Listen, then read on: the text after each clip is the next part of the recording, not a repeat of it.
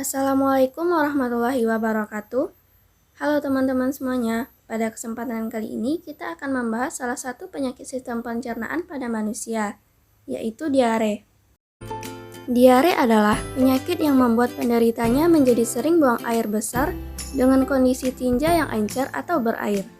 Diare umumnya terjadi akibat mengkonsumsi makanan dan minuman yang terkontaminasi virus, bakteri, ataupun parasit.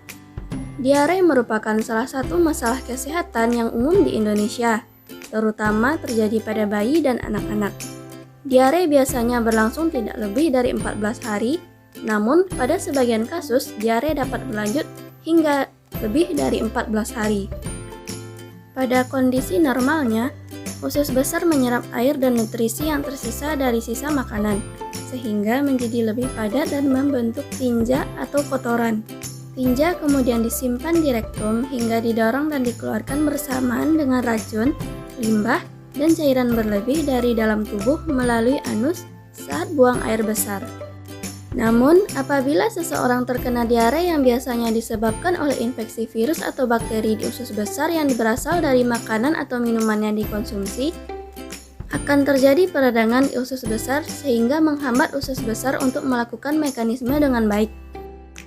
Penyebab diare biasanya disebabkan oleh infeksi virus atau bakteri di usus besar yang berasal dari makanan atau minuman yang dikonsumsi. Namun, diare yang berlangsung lama dapat terjadi akibat peradangan di saluran pencernaan. Penyebab lainnya dari diare yaitu intoleransi terhadap makanan seperti laktosa dan fruktosa, alergi makanan, efek samping dari obat-obatan tertentu, penyakit usus, pasca operasi batu empedu, radang pada saluran pencernaan, dan penyakit celiak atau penyakit yang menyebabkan tubuh menolak protein gluten. Apa saja gejalanya apabila kita terkena diare? Yang pertama adalah perut mulas dan nyeri. Yang kedua, buang air besar encer atau bahkan berdarah. Yang ketiga, dehidrasi serta kehilangan nafsu makan. Yang keempat, pusing, lemas, badan terasa kering. Untuk mendiagnosis diare, kita dapat menemui dokter. Dokter akan mendiagnosis diare dengan melakukan wawancara medis, pemeriksaan fisik, serta pemeriksaan penunjang seperti pemeriksaan sampel di feses di laboratorium untuk mengidentifikasi infeksi yang terjadi pada pengidap, pemeriksaan darah untuk mengetahui penyebab diare, serta pemeriksaan tambahan seperti sigmoidoskopi dan kolonoskopi jika terdapat dugaan penyakit yang lebih serius. Apabila kita terkena diare, bagaimana pengobatannya? Ada beberapa hal yang bisa dilakukan untuk pengobatan diare. Yang pertama, mengkonsumsi banyak cairan untuk menggantikan kehilangan cairan, baik melalui oral maupun melalui intravena.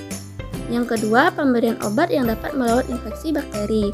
Selain dua hal tersebut, ada pula pengobatan lainnya. Pengobatan untuk diare ini biasanya akan disesuaikan dengan hal yang menyebabkan terjadinya diare. Bagaimana pencegahan diare? Ada beberapa upaya dapat dilakukan untuk mencegah diare. Yang pertama, mencuci tangan terutama sebelum dan sesudah makan, setelah menyentuh daging yang belum dimasak, setelah dari toilet atau setelah bersin dan batuk. Yang kedua, mengkonsumsi makanan dan minuman yang sudah dimasak hingga matang sempurna. Yang ketiga, meminum cairan elektrolit untuk mengganti cairan tubuh yang hilang akibat diare. Yang keempat, mengkonsumsi makanan lunak, suplemen probiotik, dan obat anti diare yang bisa didapatkan di apotek terdekat. Sekian penjelasan saya mengenai penyakit pencernaan diare. Apabila ada salahnya, mohon dimaafkan. Terima kasih, salam kesehatan.